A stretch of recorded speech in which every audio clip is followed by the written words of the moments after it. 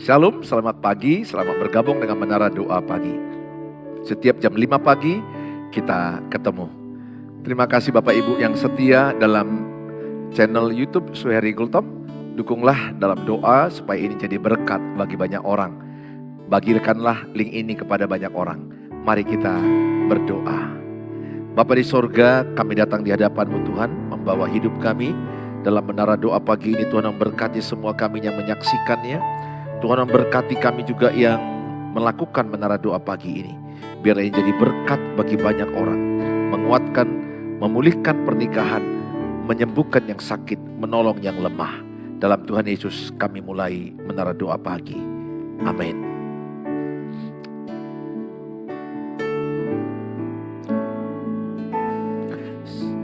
Seperti rusa rindu sungai-Mu, jiwaku rindu Engkau. Kaulah Tuhan hasrat hatiku, ku rindu menyembah-Mu. Sekali lagi dari awal dengan iman katakan, seperti rusa rindukan. Seperti rusa rindu sungai-Mu, jiwaku rindu Engkau. Kaulah Tuhan hasrat hatiku, ku rindu menyembah-Mu. Engkau kekuatan dan perisaiku, kepadamu rohku berserah. Kaulah Tuhan hasrat hatiku, ku rindu menyembah-Mu.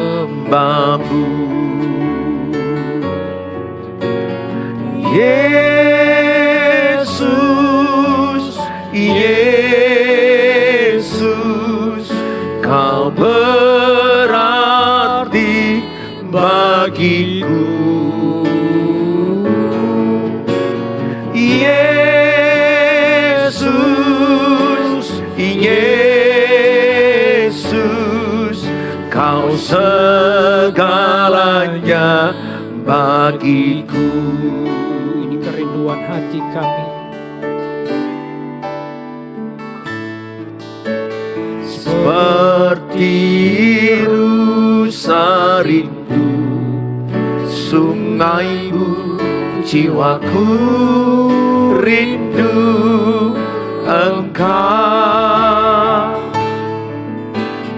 Kaulah Tuhan hasrat hatiku, ku rindu menyembah-Mu. Engkau kekuatan, Engkau kekuatan dan perisaiku, kepadamu rohku berserah. Kaulah Tuhan hasrat hatiku, ku rindu menyembah-Mu. kami panggil nama-Mu. Yesus, Yesus, Kau berarti bagiku. Yesus, Yesus, Kau segalanya bagiku. Yesus,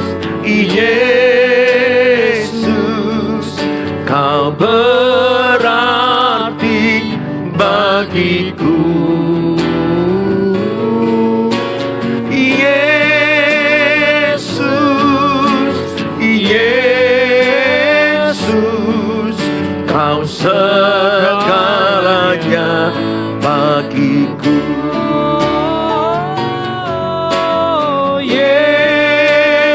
Yesus, Yesus, Kau berarti bagiku.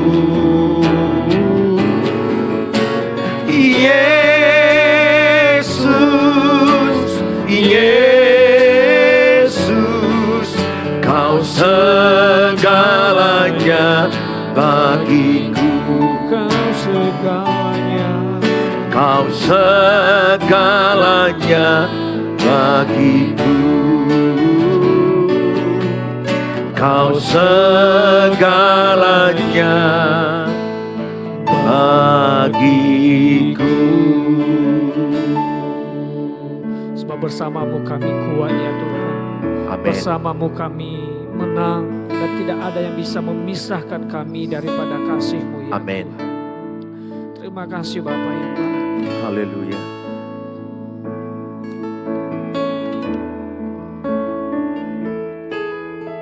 Tak Usah ku takut, Allah menjagaku. Tak usah ku bimbang, Yesus peliharaku.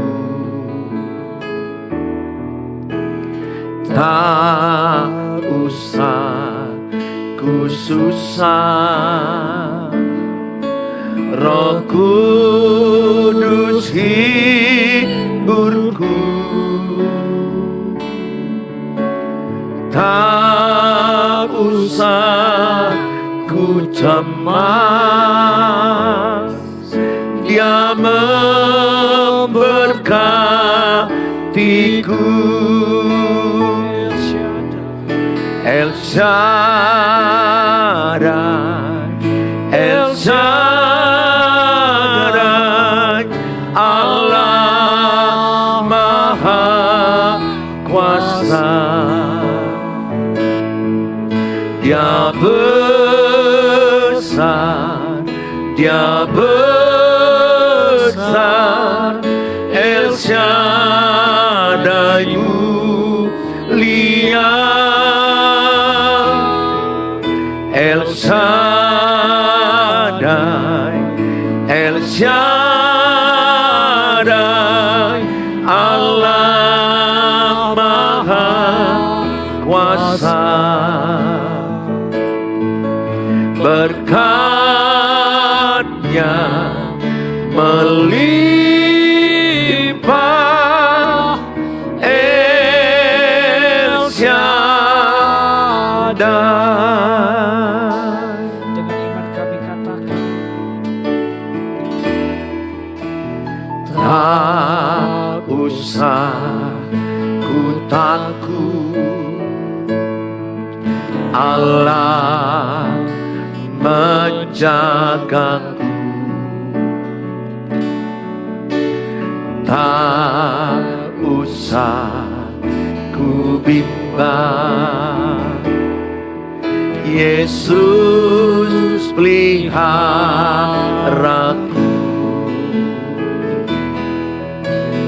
Tak usah ku susah, Roh Kudus hiburku. Tak usah ku cemas,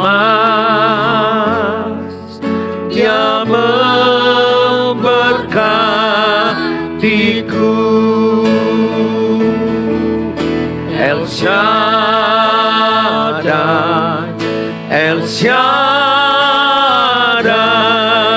Allah Maha Kuasa.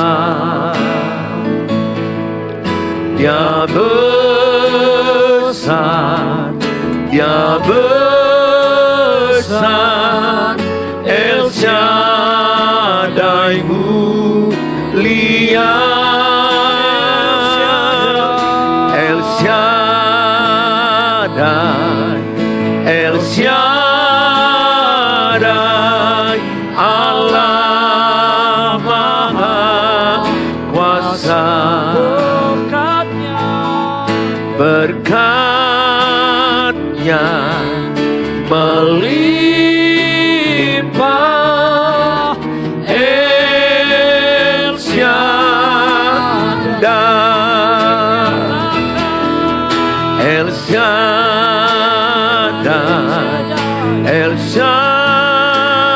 Shaddai, Allah Maha Kuasa. Dia besar, Dia besar, El Shaddai mulia, El Shaddai, El Shaddai, Allah Maha Kuasa. Berkat-Nya melimpah, El Shaddai. Berkat-Nya melimpah, Berkat-Nya melimpah,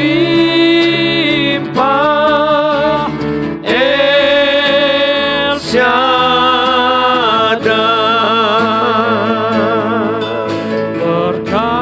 berkat-Nya melimpah, El Shaddai. Mari sembah Tuhan. Kami bersyukur Tuhan. Kami bersyukur Tuhan buat segala berkat-Mu. Engkau Allah El Shaddai, Allah Maha Kuasa. Kami percaya Engkau Allah yang dahsyat, Allah yang berkuasa. Diberkatilah mereka yang datang dalam nama-Mu.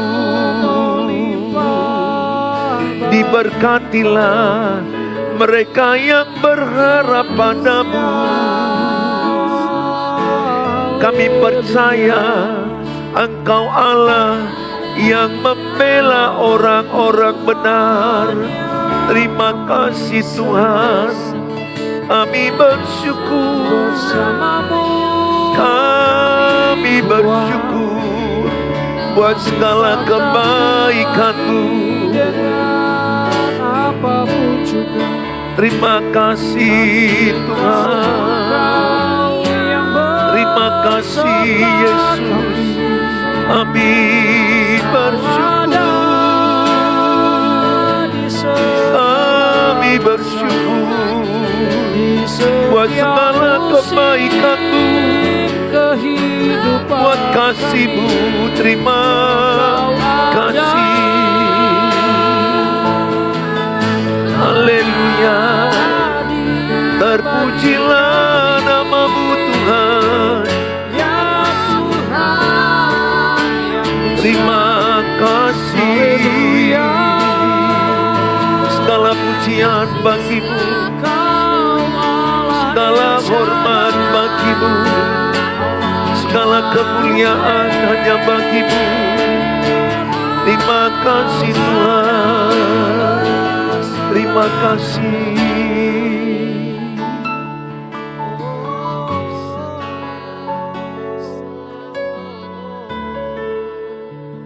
Sebab iman kami memandang kepada Amin kemuliaan-Mu ya Tuhan Tuhan. Yesus.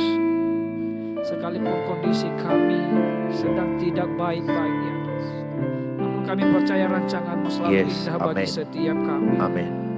Terima kasih Bapa. Terima kasih buat kebaikan.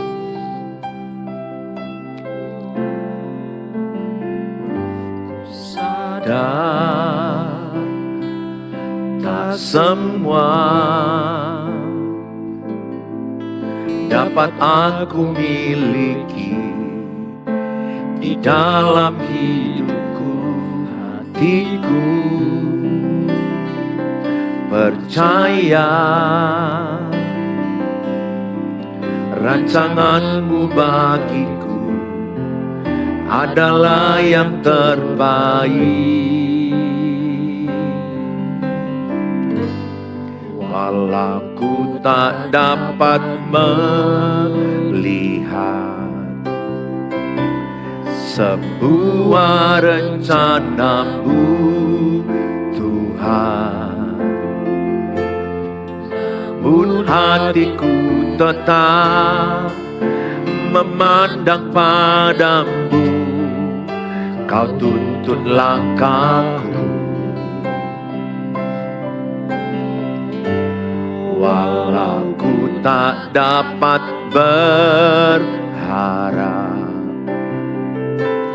atas kenyataan hidupku, namun hatiku tetap memandang padamu, Kau ada untukku. Ini pernyataan iman kami. Sadar tak semua dapat aku miliki di dalam hidupku. Hatiku percaya rancangan-Mu bagiku adalah yang terbaik. Walau ku tak dapat melihat sebuah rencana-Mu, Tuhan, namun hatiku tetap memandang padamu, Kau tuntun langkahku. Walau ku tak dapat berharap atas kenyataan hidupku, namun hatiku tetap memandang padamu, Kau ada untukku. Walau ku tak dapat berharap atas rencana-Mu, Tuhan, namun hatiku tetap memandang padamu, Kau tuntun langkahku. Walau ku tak dapat berharap atas kenyataan hidupku, namun hatiku tetap memandang padamu, Kau ada untukku. Bapa di sorga, dalam nama Tuhan Yesus, kami siapkan hati kami diberkati dengan firman Allah. Amin. Shalom Bapak Ibu yang saya kasihi. Selamat pagi, selamat bertemu kembali. Dan dengan sukacita hari ini kita diberkati firman Tuhan dengan tema tetap mencintai walaupun terluka. Itu tema kita hari ini. Jadi saudara, saya tahu dalam pernikahan, dalam keluarga pasti ada luka yang terjadi. Mari kita sama belajar mengenali luka dalam relasi. Sangat penting mengenali luka dalam relasi. Setiap orang membawa luka dari masa lalu. Jika tak diselesaikan akan muncul dalam relasi. Saudara, setiap kita pasti pernah yang namanya terluka. Setiap kita pernah yang namanya tersakitin. Dan luka itu terjadi sejak kita masa kecil kita. Inner child, luka. Makanya lihat ada anak yang pendiam. Anak pendiam, anak yang pemalu, tidak berani ngomong. Diam, sembunyi di kamarnya. Kalau tamu datang dia gak berani berjumpa. Gak berani ketemu orang, bawaannya diem begini, tertunduk, gak berani, kurang speak up, kurang berani ngomong. Sebaliknya ada anak yang kalau diganggu dia marah, suaranya berteriak, ngamuk. Kalau gamenya diambil, handphonenya diambil, ngamuk, marah, ngamuk-ngamuk sekali. Dan kemudian dia melempar barang, ini juga adalah orang yang terluka. Lihat, banyak orang menyelesaikan masalah tidak bisa dengan baik-baik. Banyak orang sekarang ini menyelesaikan masalah mendam. Mendam itu adalah luka dalam hati. Ada orang menyelesaikan masalah menyerang, marah, fight, bentak, maki, mukul, lempar barang. Itu orang terluka. Orang yang sudah sembuh dari lukanya, orang itu mampu menyampaikan isi hatinya dengan baik. Mampu menyampaikan isi hatinya kepada orang lain dengan cara baik. Mampu menegur orang dengan cara baik. Lihat berapa banyak atasan-atasan menegur bawahannya dengan kasar. Berapa banyak suami kasar kepada istri. Sebaliknya berapa banyak istri yang kasar kepada suami. Dan lebih parah, ada anak-anak yang menjadi kasar sama orang tuanya sendiri. Enggak sopan, marah, bentak, maki. Bahkan ada anak yang mukul orang tuanya. Saudara, itu adalah manifestasi luka. Jadi apa yang keluar dari mulut, keluar dari hatinya. Nah, hari ini kita diberkati dengan firman Tuhan. Supaya setiap kita yang terluka mau disembuhkan oleh Tuhan. Mengelola luka, mengelola batin yang terluka itu ada ilmunya. Ada caranya. Banyak orang gak mengerti mengelola batin yang terluka. Sehingga apa? Terluka, kepahitan, memendam. Dan akibatnya dia menjadi orang yang selalu bertengkar. Sementara Alkitab berkata Efesus 4 ayat 31. Segala kepahitan, kegeraman, kemarahan, pertikaian, dan fitnah hendaklah dibuang dari antara kamu. Demikian pula segala kejahatan, segala kepahitan, buang. Jadi saudara, pahit atau luka, sakit hati, kecewa yang dalam hatimu, Alkitab bilang buang. Jangan tinggal kepahitan dalam hatimu. Kalau saudara tinggal kepahitan dalam hatimu, maka engkau bisa mengalami yang namanya psikosomatik. Sakit tubuhmu, sakit fisikmu, karena jiwamu yang sakit. Saya berdoa buang kepahitan. Tulis dalam kolom, saya buang kepahitan.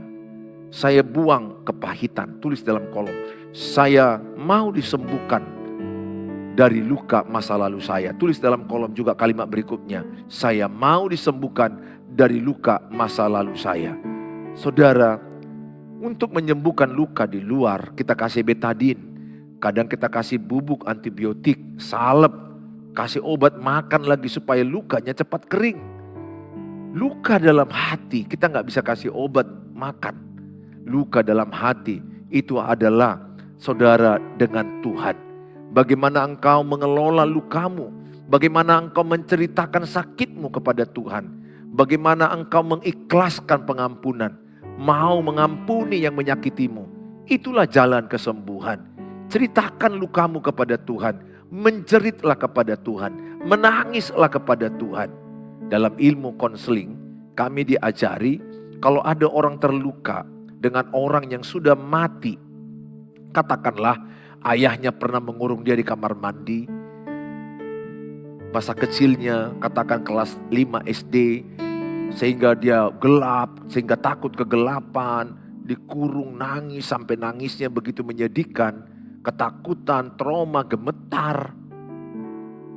Dan dia terbawa-bawa pikiran alam bawah sadarnya, takut gelap, takut kesendirian, takut dengan bentakan, takut dengan suara orang tinggi-tinggi. Karena orang tuanya, bapaknya marah terus. Asal salah pukul, kurung di kamar mandi, dimaki, dibandingkan, ditolak, disakitin. Dia terluka. Sementara dia sudah anak gadis, papanya sudah meninggal. Maka apa yang kami lakukan? Kami kasih kursi kosong di depannya. Dan kami akan bilang, anggap di kursi itu duduk bapakmu. Bapak walaupun sudah meninggal, anggap dia ada di situ. Apa yang akan kau ceritkan kepada bapakmu? Perlakuan apa? Ada lo juga anak yang dibully. Ada yang dilakukan penyimpangan seksual. Ada anak jadi korban. Banyak cerita seperti itu. Disakitin, dipukul, dibandingkan, diusir, gak diakui anak. Banyak. Maka kami akan memberikan dia kesempatan, andai bapakmu ada di situ, apa yang harus kau lakukan? Maka saya akan menyampaikan isi hatiku. Sampaikanlah. Kami akan kasih dia menyampaikan isi hatinya. Dia berteriak, dia marah ke bapaknya. Dia mungkin sampaikan rasa kecewanya dengan berteriak. Apapun yang disimpannya selama ini, dia keluarkan. Itu proses penyembuhan luka. Karena dia sudah memendam dari masa SD-nya, kecilnya, sampai remaja, sampai dia anak gadis. Bahkan ada orang memendam sampai dia menikah. Akhirnya ketika dia menikah, lukanya tidak sembuh karena dipendam. Luka yang dipendam makin lama makin luka, makin besar, makin menganga lukanya. Dan luka itu akan melukai suaminya. Dan lukanya akan melukai anak-anaknya. Dan lukanya akan melukai sekelilingnya. Saudara, maka lihat, kalau saudara pernah nonton film, ada orang berteriak di tepi pantai. Berteriak karena perlakuan kasar daripada cowoknya yang memutuskan dia. Dan dia tersakitin sekian lama. Dan dia akibatnya mungkin jadi tidak menikah, sementara cowoknya dulu jadi menikah dengan orang lain. Dan dia berteriak di laut. Itu gak apa-apa. Itu adalah proses penyembuhan. Memendam luka, memendam sakit hati, itu adalah proses penyakit. Itulah kesakitan jiwa. Makanya jangan biarkan dirimu memendam.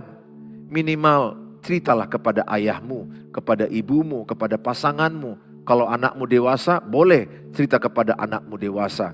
Tidak baik menceritakan luka seorang ibu kepada anak-anaknya yang masih SD, SMP, SMA. Nggak baik. Apalagi kalau bapaknya berselingkuh, si mama menceritakan ke anak SD kelas 5, kelas 6, SMP kelas 1. Belum mampu beban mental mereka. Jiwa mereka belum kuat untuk menanggung itu. Terlalu banyak egois-egois ibu-ibu menceritakan perselingkuhan suaminya kepada anak-anaknya. Melibatkan anak-anaknya ke masalah dia. Sementara anak-anaknya gak mengerti apa itu selingkuh. Gak mengerti apa yang namanya itu masalah mereka yang sesungguhnya. Tapi kadang saya paham, kadang-kadang kita orang tua gak sabar, gak tahan, sehingga dituangkan kepada anak-anak. Semestinya tidak demikian. Kecuali kalau anak sudah cukup dewasa, cukup matang, mampu tempat curhat, dan saling mendoakan. Saudara, saya mengajak setiap saudara, lepaskan pengampunan. Dalam Efesus 4 ayat 31. Di dalam Lukas 23 ayat 34. Yesus berkata, Lukas 23 ayat 34, Yesus berkata, ya Bapa, ampunilah mereka, sebab mereka tidak tahu apa yang mereka perbuat. Ampunilah mereka, ya Bapa, kata Yesus, ampunilah mereka, sebab mereka tidak tahu apa yang mereka perbuat. Dan mereka membuang undi untuk membagi pakaiannya. Saudara, doa Yesus di kayu salib kepada orang-orang yang menyalibkan dia. Ampunilah mereka, sebab mereka tidak tahu apa yang mereka perbuat. Ada kalanya juga kita begitu. Mengampuni orang yang gak mengerti apa yang diperbuatnya itu sudah menyakiti kita. Saudara, ampunilah musuhmu. Ampunilah orang yang menyakitimu. Kalau kita baca Matius 6 ayat 9 sampai kepada ayat yang ke-13. Ini adalah doa Bapa kami. Karena itu berdoalah demikian. Bapa kami yang di sorga, dikuduskanlah namamu. Datanglah kerajaanmu. Jadilah kehendakmu di bumi seperti di sorga. Berikanlah kami pada hari ini makanan kami yang secukupnya. Dan ampunilah kami. Ada kata ampunilah kami. Akan kesalahan kami. Seperti kami juga mengampuni. Diulangi lagi. Seperti kami juga mengampuni orang yang bersalah kepada kami. Dan janganlah membawa kami ke dalam pencobaan. Tetapi lepaskanlah kami daripada yang jahat. Karena engkaulah yang punya kerajaan dan kuasa, kemuliaan sampai selama-lamanya. Diulang-ulangi kata mengampuni. Diulang-ulangi kata mengampuni. Kalau kita baca lagi dan sampai kepada ayat yang di bawahnya. Diulang-ulangi itu kata mengampuni, ayat 14. Karena jikalau kamu mengampuni, diulangi lagi, mengampuni kesalahan orang lain, Bapamu yang di sorga juga akan mengampuni. Diulangi lagi, ada 6 kali kata mengampuni sampai ayat yang ke-15. Saudara, sampai ayat yang ke-15 dikatakan mengampuni. Itu artinya apa? Sesuatu yang sangat penting kita lakukan. Di Alkitab katakan mengampuni itu adalah 70 kali 7 kali. Kalau kita maksudkan artinya mengampuni tanpa batas. Ampunilah terus. Tidak boleh kita berkata, ku ampuni kau 3 kali. Sekali kau oke lah, 2 kali oke, 3 kali oke. Berikutnya tidak. Tuhan mau kita mengampuni unlimited. Coba ingat berapa banyak pengampunan yang Tuhan beri kepada kita. Terlalu banyak pengampunan yang kita terima. Kalau kita pun yang banyak berdosa, diampuni Tuhan. Mari kita melepaskan pengampunan. Mungkin ibu dan bapak berkata, aku tidak kuat, saya maklum. Apalagi kalau pasanganmu lari dengan perempuan lain, atau istrimu lari dengan suami orang lain. Saudara, mengampuni dalam proses ini tidak mudah. Mungkin kalau sepeda motor dicuri orang, masih gampang kita mengampuninya walaupun berat ya. Tapi dibandingkan suami dicuri, itu pasti lebih sakit. Wah, ini sepeda motorku dicuri, pasti kita juga nangis atau sedih, marah. Apalagi suami yang dicuri, pasti lebih berat lukanya. Ada kalanya luka itu butuh waktu untuk bisa mengampuni. Jadi saya sebagai pendeta tidak langsung serta-merta kau harus mengampuni, kalau tidak kau tidak diampuni. Tidak. Saya biasanya menuntun dia hari demi hari, minggu, sampai dia mampu melepaskan pengampunan. Ada orang yang mengampuni pasangannya bisa 1 tahun, ada 6 bulan, ada hanya berapa minggu. Itu tergantung situasi, tergantung apa yang dilakukan dan bagaimana luka yang diterima dia. Ibarat paku, kalau kita pakukan ke broti, ke papan atau ke kayu, kalau sekali paku 2 kali mungkin gampang kita tarik. Tapi kalau dipaku terus sampai nancap, lukanya akan dalam dan menariknya pun akan sulit. Demikian juga luka yang di hati kita. Saya mengajak setiap saudara, mulai sekarang, mari kita jangan simpan kepahitan. Jangan simpan kepahitan. Kepahitan adalah akar dosa yang bisa menghancurkan relasi dan iman. Jadi kalau saudara pahit, relasimu dengan Tuhan pasti terganggu. Relasimu dengan sesama pasti terganggu. Jangan simpan kepahitan. Jangan tinggal dalam kepahitan. Karena kalau saudara tinggal dalam kepahitan, maka hubunganmu dengan Tuhan akan bermasalah, terhalang, dan hubunganmu dengan sesama pun akan bermasalah. Jangan tinggal dalam kepahitan. Buanglah kepahitan, buanglah geram. Penyebab umum kenapa orang bisa kepahitan, dikhianati. Karena orang itu mengkhianati, karena suaminya mengkhianati istri, itu sangat sakit. Maka saya selalu sampaikan kepada banyak jemaat muda-mudi, cari yang setia, cari yang takut akan Tuhan, cari yang tidak mau mengkhianatimu, cari yang menyayangimu. Karena kalau engkau sudah dikhianati dalam pernikahan, maka engkau sangat sakit sekali. Pasangan yang mengkhianati sangat sakit. Pasangan yang selingkuh sangat sakit dirasakan oleh pasangannya yang setia. Kenapa orang kepahitan? Karena ditolak. Karena ada kekerasan, KDRT, dipukul, ditampar, disakitin. Saya rindu pada hari ini, Bapak Ibu yang mendengarkan firman ini, tidak kebetulan. Tuhan tahu ceritamu sangat pahit, sangat sakit, sangat terluka, sangat kecewa. Tapi ingatlah kasih Kristus yang sempurna itu mengampuni kita yang banyak dosanya. Kalau saya begini, dosaku yang banyak aja diampuni Tuhan. Masa sih aku gak mengampuni istriku yang sekali-sekali salah? Masa sih aku gak mengampuni sesamaku yang sekali-sekali salah? Sementara dosaku yang banyak aja pun sudah diampuni Tuhan. Dan ciri orang yang sudah menerima pengampunan Tuhan, biasanya dia bisa mengampuni orang lain. Terima kasih Bapak Ibu sudah menyaksikan tayangan ini. Mari kita berdoa. Bapa di sorga, dalam nama Tuhan Yesus, kami bersyukur Tuhan buat tayangan Menara Doa pagi ini. Kami diingatkan agar kami melepaskan pengampunan. Kami diingatkan agar kami membuang kepahitan, membuang pertikaian, membuang kegeraman. Kami diingatkan bagaimana kami semestinya dalam Tuhan. Terima kasih Bapa, biarlah kami dimampukan oleh kuasa Roh Kudus melepaskan pengampunan kepada pasangan kami, kepada anak-anak kami, keluarga mertua kami, teman gereja, teman kerja, tetangga kami, siapapun yang menyakiti kami lepaskan pengampunan. Kami serahkan dalam tangan-Mu Tuhan. Terima kasih Bapa, berkatilah mereka yang mungkin ada sakit penyakit, Tuhan sembuhkan sakit penyakit mereka, urapilah obat-obat mereka. Mereka yang mengalami kesusahan dalam keuangan, usaha, dalam bisnis, Tuhan tolong ekonomi mereka. Berilah mereka hikmat, kekuatan, ketabahan, ketekunan, keuletan dalam menjalankan usaha dan pekerjaan mereka. Mereka yang sedang berjuang untuk mendapatkan keturunan, mendapat jodoh, untuk menjual tanah atau menjual rumah mereka untuk kebutuhan hidup mereka. Tolonglah mereka Tuhan, mampukan, dalam Tuhan Yesus ada jawaban. Mereka juga yang dalam keadaan anak-anaknya ujian kedinasan atau ujian apapun, Tuhan tolong anak-anak mereka. Kami serahkan semua jemaat, keluarga yang ada yang di YouTube, keluargaku yang di YouTube, biarlah Tuhan berkati berlimpah-limpah lewat tayangan ini. Terima kasih Bapa, dalam Tuhan Yesus kami berdoa. Mari kita ucapkan doa Bapa kami. Bapa kami yang di sorga, dikuduskanlah nama-Mu.